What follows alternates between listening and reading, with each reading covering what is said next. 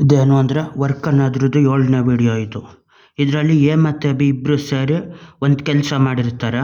Total ಆ ಕೆಲಸಕ್ಕೆ ಎಷ್ಟು ಸಿಕ್ಕಿರ್ತದೆ? 330 ರೂಪಾಯಿ ಸಿಕ್ಕಿರ್ತದೆ.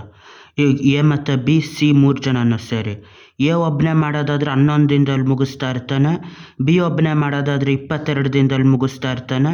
ಆದರೆ ಸಿನೂ ಸೇರಿರೋದ್ರಿಂದ 3 ಜನನೂ ಸೇರಿ 6 ದಿನದಲ್ಲಿ ಮುಗಿಸಿರ್ತಾರೆ ಕೆಲಸನ. ಇವಾಗ ಅದೆಷ್ಟು 330 ರೂಪಾಯಿ ಬಂದೈತೆ, ಸಿಗೆ ಎಷ್ಟು ಭಾಗ ಕೊಡಬೇಕು ಅಂತ ಕಂಡುಹಿಡಿಬೇಕು. ಮೊದಲು 6 ದಿನದಲ್ಲಿ 3 ಜನದ್ದು ಎಷ್ಟೆಷ್ಟು ಭಾಗ ಅಂತ ಕಂಡುಹಿಡಿಬೇಕು. ಇವನು 11 ದಿನ 22 ದಿನ ಅಂದರೆ LCM ತೆಗಿಬೇಕು ಅದೆರಡರದ್ದು. 11 ಮತ್ತು 22ರದ್ದು LCM ಎಷ್ಟಾಯ್ತದ? LCM 22 ಆಯ್ತದ. 22ರಿಂದ ಡಿವೈಡ್ ಮಾಡ್ಬೋದು. 11 2 22 ಅಂತ. ಇವಾಗ 22ರಿಂದ ಡಿವೈಡ್ ಮಾಡಿದ್ರೆ ಟೋಟಲು ಅದು 22 ಯೂನಿಟ್ ಕೆಲಸ ಅಂತ ಮಾಡ್ಕೋಬೇಕು. 22 ಯೂನಿಟ್ಟು ಟೋಟಲ್ ಇರೋ ಕೆಲಸ. ಅದರಲ್ಲಿ 22 ಯೂನಿಟ್ ಅಂದ್ರೆ ಇವನು ಎಷ್ಟು ಕೆಲಸ ಮಾಡಿರ್ತಾನೆ? ಎ ಅನ್ನೋನು ಒಂದು ದಿನಕ್ಕೆ ಎಷ್ಟು ಮಾಡ್ತಾನೆ ಅಂದರೆ 22/11 ಅಂದ್ರೆ 2 ಯೂನಿಟ್ ಅಷ್ಟು ಕೆಲಸ ಮಾಡಿರ್ತಾನೆ ಎ ಅನ್ನೋನು ಒಂದು ದಿನಕ್ಕೆ. ಅದೇ ಥರ ಬಿ ಅನ್ನೋನು ಒಂದು ದಿನಕ್ಕೆ ಎಷ್ಟು ಕೆಲಸ ಮಾಡಿರ್ತಾನೆ? 22/22. ಬಿ ಅನ್ನೋನು 1 ಯೂನಿಟ್ ಕೆಲಸ ಮಾಡಿರ್ತಾನೆ ದಿನಕ್ಕೆ. ಇವನು ದಿನಕ್ಕೆ 2 ಯೂನಿಟ್ಟು, ಇವನು ದಿನಕ್ಕೆ 1 ಯೂನಿಟ್ಟು. 3 ಜನನೂ 6 ದಿನ ಕೆಲಸ ಮಾಡವ್ರೆ. ಸಿದು ಗೊತ್ತಿಲ್ಲ ಎಷ್ಟು ಅಂತ. 6 ದಿನ ಅಂದರೆ ಎಷ್ಟು? 6 ದಿನ ಅಂದರೆ ಎ ಅನ್ನೋನು ಟೋಟಲಾಗಿ 2 × 6 12 ಯೂನಿಟ್ ಕೆಲಸ ಮಾಡವನು ಇದರಲ್ಲಿ. ಯಾವುದರಲ್ಲಿ? 6 ದಿನದಲ್ಲಿ. ಇವನು ಬಿ ಅನ್ನೋನು 1 × 6 ಯೂನಿಟ್ ಅಷ್ಟು ಕೆಲಸ ಮಾಡವನು. ಯಾರು?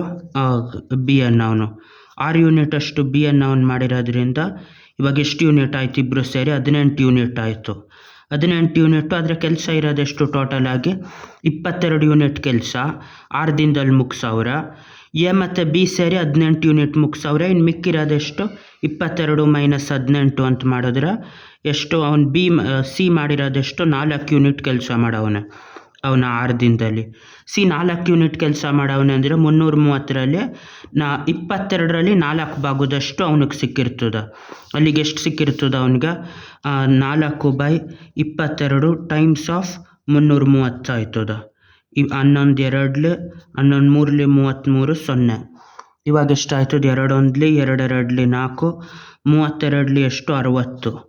60 ಏನು? 60 ರೂಪಾಯಿಯಷ್ಟು ಅವನದು ಭಾಗ ಆಗಿರ್ತದೆ. ಎಷ್ಟು? ಸಿದು. 22 ಯೂನಿಟ್ ಟೋಟಲ್ ಕೆಲಸ. ಇವನು 6 ದಿನದಲ್ಲಿ ಅದರಲ್ಲಿ 4 ಯೂನಿಟ್ ಮುಗಿಸವ್ನು. ಇನ್ನು 18 ಯೂನಿಟ್ಟು ಇವರಿಬ್ಬರು ಮುಗಿಸವ್ರೆ. 4 ಯೂನಿಟ್ಟು ಅಂದರೆ 4/22ರಷ್ಟು ಭಾಗ 330 ರೂಪಾಯಿಲಾಗಿರ್ತದೆ. ಅದು 60 ರೂಪಾಯಿ ಇವನದು ಭಾಗ ಆಗಿರ್ತದೆ. ಯಾರದು? ಸಿದು. ಬಾಯ್.